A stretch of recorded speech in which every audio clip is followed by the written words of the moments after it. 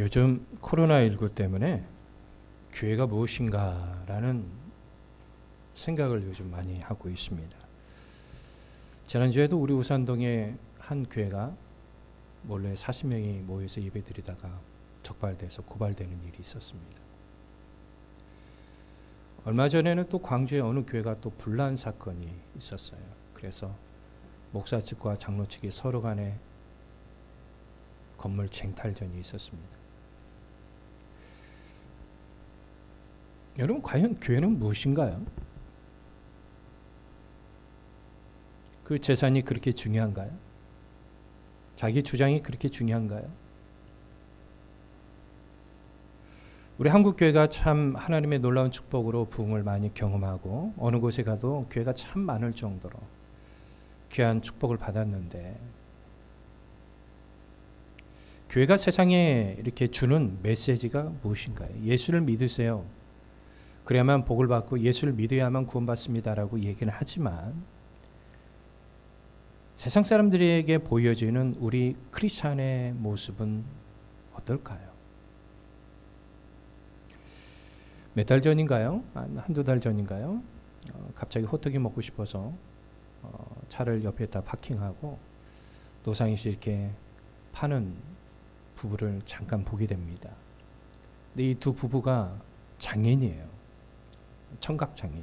말을 알아듣질 못하니까 저한테 손가락으로 메뉴판 얼마 이렇게 계속 하더라고요. 그런데 서로 간의 호흡이 잘 맞고 서로가 서로를 배려하면서 장사하는 모습 보니까 참 보기 좋더라고요. 여러분, 오늘 본문의 말씀 제가 참 고민을 많이 했어요. 이번 주는 우리 사랑하는 성도들과 함께 어떤 말씀을 나눌까? 고린도전서 4장 말씀을 통해서 함께 나눠야겠다. 그리고 여기 담긴 사랑의 권면.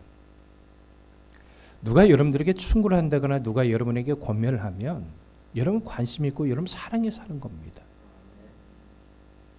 따라합시다. 마음을 넓히세요.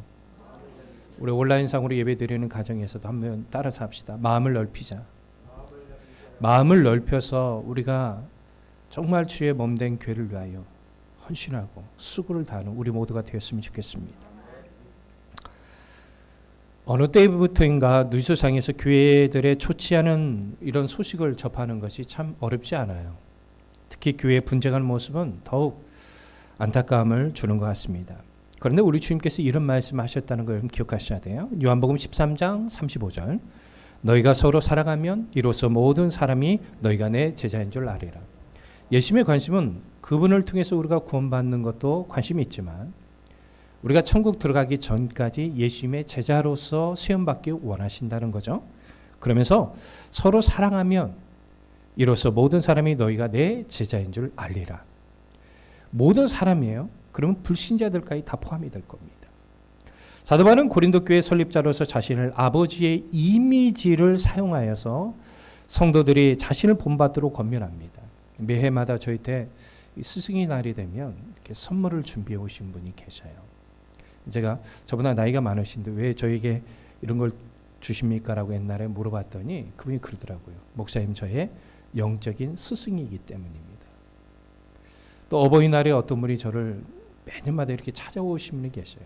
그분은 저에게 하시는 말씀이 목사님은 저의 영적인 아버지가 되십니다. 사도 바울은 이런 아버지의 이미지를 통해서 지금 고린도 교회 성도들에게 말을 하고자 하는 것이죠. 여러분, 고린도 교인들에게 이렇게 정말 선구자의 역할을 했던 사도 바울인데 사도 바울에게 고맙습니다, 감사합니다, 정말 저희들 위해서 고생하셨습니다라는 말이 아니라 비난이 들려오는 겁니다. 우리가 비난을 받는다는 건 참으로 부끄러운 일이죠. 그러나 사도 바울이 그런 비난을 받을 만한 이유가 전혀 없었습니다. 그러나 그가 비난을 받고 있죠. 그래서 이제는 아버지로서 이 고린도 교회의 잘못된 모습에 대해서 훈계를 하고자 하죠. 자, 본문 14절 한번 볼까요? 내가 너희를 부끄럽게 하려고 이것을 쓰는 것이 아니라 오직 너희를 내 사랑하는 자녀같이 권하려 하는 것이라. 여기서 여러분들 특별히 동사의 권하다라는 이 단어가 헬라적으로 쓰였을 때는 일반적으로 이렇게 그냥 쓰이는 게 아니라 부모가 자녀에게 훈계를 할 때 쓰는 단어라고 합니다. 그러니까 지금 사도 바울은 그 아버지의 이미지를 통해서 계속적으로 고린도 교회의 성도들을 향해서 자녀들에게 마치 훈계하듯이 지금 권면하길 원한다라는 것입니다. 저는 오늘 본문을 통해서 우리 모두에게 전하는 사랑의 권면이 무엇인지 이 말씀을 나눌 때 하나님의 음성이 들려지는 축복된 시간이 되시길 바랍니다. 첫 번째로 사도 바울은 그들을 복음으로서 낳은 아비라라고 말을 합니다. 당시 고린도 지역은 부유한 지역이었어요. 그래서 각 집마다 노예가 있었는데 이 노예가 자녀들에게 보호해주고 또 이렇게 도와주는 그런 역할을 하는 노예들이 있었다고 합니다. 학교에도 데려다주고 또 서로 놀아주기도 하고 그 노예들 중에는 이렇게 존경받는 노예들도 있었대요. 그런데 이 노예들은 참 위치가 어중간해요. 그들에게 숙제도 도와주고 하지만 스승은 아니에요. 그렇다고 또 아버지도 아니에요. 참 어중간하죠. 이 사실을 통해서 이 고린도 교회에게 사도 바울이 하고자 하는 말은 뭐냐면 자신도 이런 어중간 사람이 아니다라는 거예요. 자신은 너희들의 영적인 아비로서 이 관계를 맺고 있다라고 얘기하는데 본문 15절이죠. 그리스도 안에서 1만 스승이 있으되 아버지는 많지 아니하니 그리스도 예수 안에서 내가 복음으로서 너희를 낳았습니다. 이 말씀에서 여러분 사도 바울이 분명히 말하죠. 그리스도 안에서 복음으로서 그들을 낳았다는 것이죠. 그러니까 이 사도 바울은 고린도 교회의 영적 아버지로서 그들에게 권면할 자격이 있다라는 사실을 분명히 말하고 있는 것입니다. 사도행전 18장을 보면 사도 바울이 직접 고린도 교회를 설립했다라는 것을 우리가 알 수 있는데요. 1년 6개월 동안에 이 그들 가운데 머물면서 하나님의 말씀으로 양육을 했고 여러분 이런 양육하는 과정이 참 쉽지는 않아요. 아마 눈물과 어떤 수고를 통해서 열심을 다하여 이 일을 했을 겁니다. 비록 그가 타지에 있다고 해도 고린도 교회에 문제가 있다는 얘기를 들었을 때 그는 펜을 들고 편지를 씁니다. 그 편지가 바로 여러분이 잘 알고 있는 고린도 전서, 고린도 후서예요. 여러분 좋은 일이 있어서 좋은 편지를 받으면 참 좋은 건데 고린도 전서와 고린도 후서를 보면 사실은 좋은 일이 있어서 펜을 든 게 아니었어요. 이처럼 그가 수고에 수고를 다한 것은 고린도 교회의 영적인 아버지로서 역할을 진실되게 감당하기 원하는 것입니다. 그리고 잘못된 길로 가는 고린도 성도를 바라보면서 아픈 마음이 있어요. 이런 목회자는요, 성도들의 그런 모습을 보면서 때로는 기뻐하기도 하지만 아픈 마음도 있어요. 이게 주님께서 우리 목회자들이 주시는 마음이에요. 이거는 목회자가 되어보지, 우리 자녀들이 부모가 되어보지 못하면 부모의 마음을 다 이해할 수가 없죠. 여러분들이 목회자가 되지 않으면 하나님이 목회자들에게 성도를 향한 주신 마음을 여러분 이해할 수가 없어요. 이 사도 바울이 이런 마음을 가지고 지금 살아가는 성도들의 이 문제를 그냥 보고 넘어갈 수 없었던 것입니다. 분명 그가 전하는 복음이나 아볼로가 전하는 복음이나 다른 것이 아니라 동일한 것이었음에도 불구하고 교회 안에 분쟁이 있으며 교만한 그들의 모습을 보면서 이 사도 바울은 마음 아픈 것을 절제할 수가 없었어요. 그래서 그는 고린도 전서 편지를 통해서 이제 분쟁과 교만의 자세를 버리고 본질적으로 겸손한 모습으로 교회의 본연의 모습으로 돌아올 것을 권면하고 있는 것입니다. 사랑하는 성도들이요, 여러분들이 원하시는 자녀가 누구입니까? 부모의 바람대로 자라가는 자녀가 아닙니까? 부모의 뜻을 알고 행동하는 자가 아닙니까? 이 시간에 여러분 우리 자녀들도 지금 예배를 드리고 있을 텐데 부모가 원하는 자녀는 부모의 마음을 이해하는 자녀입니다. 왜 부모가 자녀들에게 때에 따라 책망하기도 하고 또 매를 들기도 하고 왜 잔소리하는지 그 마음을 헤아릴 수 있는 그 자녀, 그걸 부모가 좋아하지 않겠습니까? 결국 자녀가 부모의 뜻에 어긋난다고 한다면 부모님의 말씀은 속상한 것이 당연할 것입니다. 또한 자녀가 밖에 나가서 여러 가지 문제를 일으킨다면 결국 그 화살은 누구에게 와요? 부모에게 돌아오는 것이죠. 그러므로 교회 분란은 교회의 설립자가 되는 누가? 사도 바울에게 비난의 화살이 돌아올 수밖에 없어요. 그래서 이런 분란이 일어나면 반드시 이 화살이 첫 번째는 목회자에게 가게 돼 있어요. 그러니까 자연스럽게 목사님 파, 그 다음에 목사님에 대해서 비난 화살한 팔, 이렇게 나눠지게 돼 있어요. 교회는 분란이 일어나면 자연스러워져요. 그리고 목사님에게 서운하거나 상처받은 장로님, 권사님들이 어디 측에 가요? 이제 반대파로 가는 거예요. 그래서 서로 간에 막 하고 결국엔 재산 싸움이 일어나고 좋지 않은 모습이 일어나는 거예요. 그런데 여러분들, 이것이 교회 설립자에게만 화살이 간다면 상관이 없습니다. 결국은 세상 사람들이 이것을 통해서 하나님의 영광이 가려지고 있는 것, 이것을 우리는 보게 되는 것입니다. 복음의 장애물을 만드는 거예요. 그러므로 고린도 교회는 바울이 처음 복음을 통하여 양육하고 그들을 위하여 기도한 내용을 깊이 생각해 봄으로써 교회가 본질적으로 취할 자세가 무엇인지 그들은 가져야 하는 것입니다. 그리스 로마 신화 이야기죠. 어느 날 좁은 길을 가던 헬라클레스가 사과처럼 생긴 것이 땅 위에 뒹굴고 있는 것을 발견하게 됩니다. 그래서 짜증나서 그것을 부스러뜨리려고 그 위에 발을 올려 놓았습니다. 근데 순간 그 전에 있던 것보다 배로 커지는 거예요. 여러분, 자존심 상해 안 상해? 상하죠. 그래서 내가 이걸 박살내겠다 하고 했는데 더 커졌어요. 마침내 길을 꽉 막아버리는 것입니다. 그때서야 이제 헤라클레스가 몽둥이를 내던지고 놀란 채 우두커니 서 있을 때에 그 자리에 아테네라는 여신이 나타나게 됩니다. 그러면서 이런 말을 하죠. 그만하면 됐어요. 이것은 싸움과 말다툼의 정신이에요. 도발하지 않는 한 그것은 처음 모양 있지요. 그러나 더불어 싸우면 그건 한없이 불어나는 거예요. 그래요. 그래서 싸움이 일어나면요, 갈 때까지 가보는 거예요. 근데 결국은 화합도 안 되고 서로 간에 상처가 돼주고 나중에는 둘 사이가 가까워지기가 어려운 거예요. 왜 가정이 무너질까요? 왜 교회가 무너질까요? 왜 우리가 사람과의 관계가 무너질까요? 싸우니까 그래요. 비록 우리가 연약하고 부족해서 싸울 일이 있다 할지라도 내가 먼저 사과하고 내가 먼저 용서를 구할 수 있는 그런 넓은 마음이 우리 가운데 있기를 바랍니다. 두 번째, 사도 바울은 고린도 교인들에게 자신을 본받으라고 권면합니다. 제가 이 말씀 준비하면서 사도 바울 참 대단하다. 저는 솔직히 말하면 여러분들에게 저를 본받으십시오라고 말하기가 참 부끄러운 면이 아직도 있는 것 같아요. 부모에게 있어서 자녀에게 본이 된다면 그보다 훌륭한 모습은 없을 거예요. 참 부모가 신앙의 본이 되면 자녀는 참 그것을 통해서 이 신앙의 귀한 영향력을 받습니다. 사도 바울은 비록 고린도 교인들에게 분쟁이 있고 자신에 대한 비난을 한다고 해도 자신 있게 말하는 것이 있습니다. 그것은 자신을 본받으라는 것입니다. 이 말이 교만한 말처럼 들릴지 모르겠어요. 그리고 분쟁하는데 여러분, 그런 사람들에게 자신을 본받으라면 이 말이 이해가 되겠습니까? 한참 싸우고 있는데 여러분들 저를 본받으세요. 여러분, 이게 시라도 맥히겠습니까? 그런데 여러분, 이렇게 사도 바울이 자신 있게 얘기할 수 있는 건 뭡니까? 그는 주를 위해서 살고 주를 위해 죽고자 그동안에 살아왔기 때문입니다.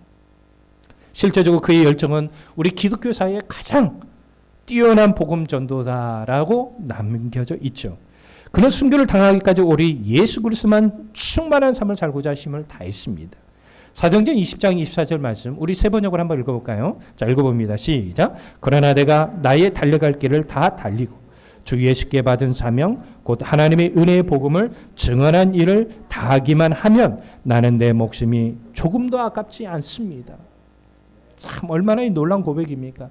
고백 하나 더 볼까요? 갈라디아서 6장 14절 시작. 그러나 내게는 우리 주 예수 그리스도의 십자가 외에 결코 장할 것이 없으니 세상이 나를 대하여 십자가에 못 박히고 내가 또한 세상에 대하여 그러하니라. 아멘. 참 여러분, 우리 자랑할 것 많죠.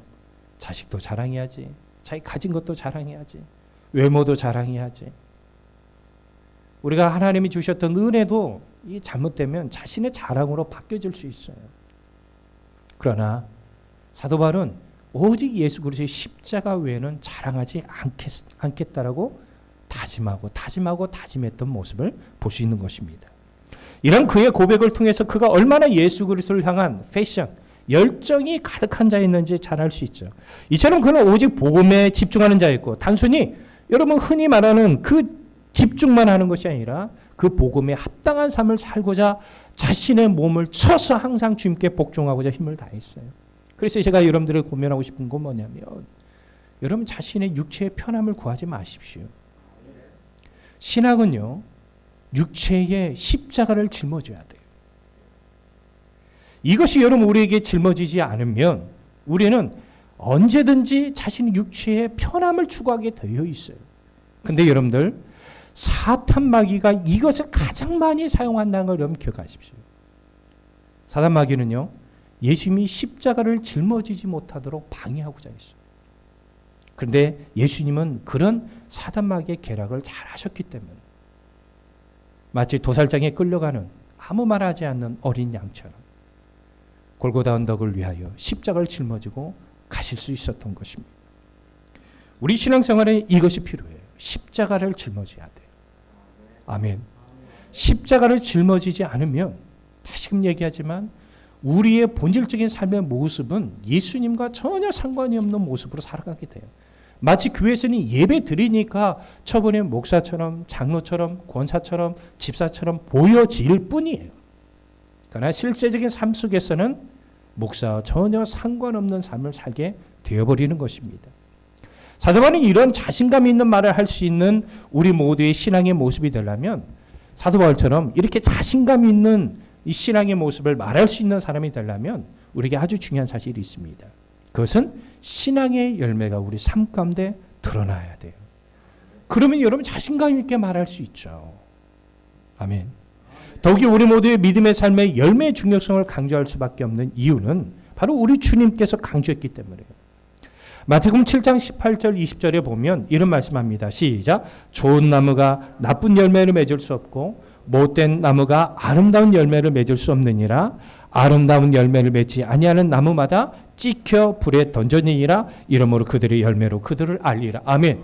우리 주님은 한 영혼도 귀하게 여기시지만 하나님의 은혜로 그들이 예수를 믿었는데 그들의 삶 속에서 열매를 맺지 않으면 불에 던져버릴 정도로 내칩니다. 이게 성경이 우리에게 분명히 말씀하는 교훈이에요. 무엇보다도 성경에서 금할 법이 없다라고 말하는 성령의 9가지 열매가 있죠. 갈라디아서 5장 22, 23절을 보면 사랑, 희락, 화평, 오래 참음, 자비, 양성, 충성, 온유, 절제. 이 열매가 너무나도 중요해요. 그러니까 금지할 법이 없다고 하잖아요. 그러면 금지할 법이 없다라는 말은 무엇을 말합니까? 이것이 상위법이라는 거예요. 이보다 더 상위법이 없다라는 거예요. 그러니까 우리 모두가 삶을 통해서 이런 열매를 맺는 것은 중요해요. 그래서 사도 바울은 빌립보 교인들에게 이런 말을 해요. 빌립보서 1장 11절에 보면 예수 그리스도로 말미암아 의의 열매가 가득하여 하나님의 영광과 찬송이 되기를 원하노라. 결국은 우리 삶 가운데 열매가 일어나면 이것을 함께 영광 돌려지고 불신자들도 우리들을 보면서 예수를 믿게 되어 있어요. 사실 왜 우리가 가족 구원하기가 힘든 이유가 분명히 있을 겁니다. 왜요? 제가 여러 사람들과 얘기를 나누다 보면, 특히 불신자들과 얘기를 나누다 보면 이상하게도 그 집에 권사님이 있고 집사님이 있고 교회 다니는 사람들이 분명히 있어요. 제가 지금까지 목회해 오면서 불신자 구원을 가장 잘한 사람이 누구였냐면 학생들이었어요. 학생들. 왜? 학생들은 은혜 받으면 바뀌어져요. 잘 바뀌어져요. 참 놀랍게 바뀌어지는 애들이 많아요. 근데 어른들은 그동안 살아왔던 삶의 습성을 잘 안 버리려고 그래요. 잘 안 바뀌어져. 은혜 받아도 안 바뀌어져. 은혜 받고 문 열고 나가면 바로 세상 사람 돼버려요. 그러니까 그 모습 그대로 가정에 가니까 이게 불신자들에게 이게 좋지 않은 모습들이 자꾸 뇌에 각인되는 거예요. 그리고 예수 믿어 뭐 이렇게 교회 다녔으면 좋겠어 막 이러잖아요. 또 심지어 이런 말을 하는 경우도 있을 거예요. 우리 교회 누구를 보니까 부러워. 그 두 부부가 나도 당신이랑 그렇게 했으면 좋겠어 라고 말하잖아요. 근데 그분들은 입술로 얘기하진 않아도 속으로는 이렇게 얘기해. 너나 잘 믿어. 그 말은 뭐예요? 너를 보니까 예수 믿을 가치가 생기지 않는다는 뜻이에요. 여러분, 우리는 분명히 아뢰할 줄 믿어요. 아멘. 미국 워싱턴 DC에서 조용하면서 명랑하게 살아가는 한 부인이 있었습니다. 시라입니다. 그녀는 남편이 살아있을 때 헌신적으로 그를 돌보았대요. 그녀의 남편이 세상을 떠난 후에 그 부인은 항상 조용하게 남을 섬기는 일을 계속했다고 합니다. 또한 교회 활동에도 열심히 참가하여 봉사하는 일에 모범이 되었어요. 목사님이 인정할 정도가 되었습니다. 특히 많은 친구들과 함께 실로 짠 책갈피를 이웃들에게 나눠주면서 그녀의 사랑을 많은 사람들에게 전해주는 일에 힘을 다했답니다. 그리고 시간이 지나고 난 다음에 그 부인이 세상을 떠나게 되었습니다. 그러자 우체부가 조의를 표하러 왔습니다. 또한 슈퍼마켓 계산을 담당하는 직원이 일부러 그 집에 찾아와서 그 부인이 3점에 오면 얼마나 명랑하게 인사를 해 주었는지를 결코 잊을 수 없다라고 얘기했습니다. 몇 주 후에 버스 기사가 찾아와서 그 부인이 행복한 얼굴로 버스를 타고 교회에서 내릴 때 그날 하루를 잘 시작할 수 있었다라고 말을 했습니다. 이처럼 이 부인의 삶은 살았을 때여도 아름다웠지만 죽어서도 아름다운 모습으로 사람들에게 증명되어진 거예요. 그러므로 우리 모두가 그런 삶을 살게 되길 바랍니다. 그럼 우리가 자신감 있게 자신의 신앙을 이야기할 수 있지 않겠습니까? 세 번째로 사도 바울은 말로 신앙생활 하지 말고 능력으로 하라고 권면합니다. 본문 20절에 보면 하나님의 나라는 말에 있지 아니하고 오직 능력에 있습니다. 아멘. 예수님께서 이 땅에서 사역하시면서 하나님의 나라를 전한 일에 힘썼습니다. 그런데 그 하나님 나라를 전할 때에 그것을 방해하는 세력이 많이 있다 보니까 예수님도 온갖 핍박과 고난을 경험하셨죠. 십자가의 고난입니다. 요한계시록 사도 요한은 힘센 다른 천사로부터 책을 받게 됩니다. 요한계시 10장 10절에 보니까 내가 천사의 손에서 작은 두루마리를 갖다 먹어버리니 내 입에는 꿀같이 다나 먹은 후에 내 배에서는 쓰게 되더라. 요한은 먼저 왜 입에서 꿀같이 단데 배에서 쓰다고 했습니까? 자, 우리가 성경을 보면 시편 119편 103절에 보면 이런 말씀이 있어요. 주의 말씀의 맛이 내게 어찌 그리 단지요 내 입에 꿀보다 더 다니이다. 아멘. 여러분 하나님의 말씀을 이렇게 자주 읊조리고 그 말씀이 주시는 은혜를 경험하잖아요. 근데 여러분 이것은 그냥 되는 게 아니에요. 산 많은 곳에서 여러분들 성경 읽어봐요. 안 돼요. 안 됩니다. 예, 막 읽음만 하면 차가 삐비빙 막 예. 근데 정말 집중할 수 있는 시간에 하나님의 말씀을 듣고자 책을 펴놓고 그러니까 여러분들 이런 식으로 하려면 자기를 깨야 돼. 여러분들의 하루 일과를 잘 아시잖아요. 언제 조용히 하나님 앞에 내가 1대1 상황 속에서 있을 수 있을지 여러분 잘 아셔요. 그런데 사탄 마귀가 여러분 회방 노는 거예요. 그래서 여러분들 하나님 말씀 읽을 때 나중에 어쩔 수 없이 읽어야 돼. 아, 교회에서 일독하니까 스피커 주더라. 아, 저거 내년에 받고 싶어.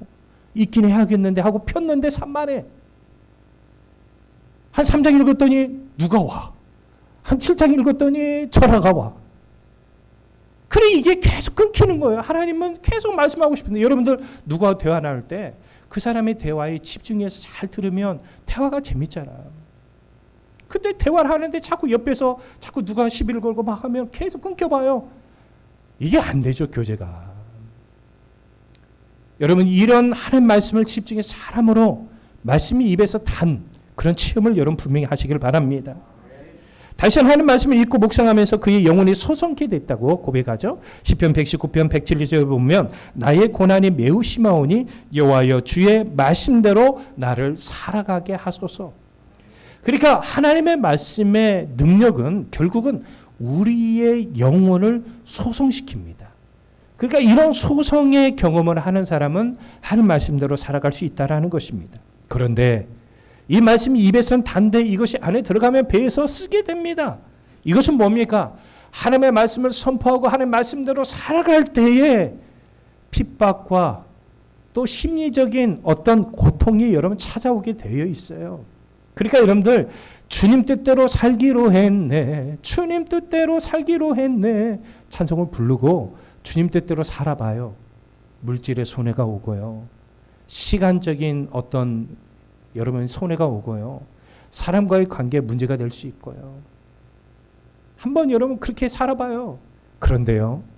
이 모든 것들을 더해 주시는 하나님의 은혜는 그 뒤에 따라옵니다. 저는 그래서 여러분들이 하나님이 이모다 이에 더해 주시는 은혜를 경험하려고 먼저 기도하기보다도 하나님의 뜻대로 하나님의 말씀대로 살겠다고 결단하고 그대로 살아보세요. 제가 분명히 얘기합니다. 그 뒤에 오는 하나님이 이에 더해 주시는 은혜는 반드시 오게 돼 있어요. 왜? 하나님이 신실한 하나님. 하나님은 사기꾼이 아니세요.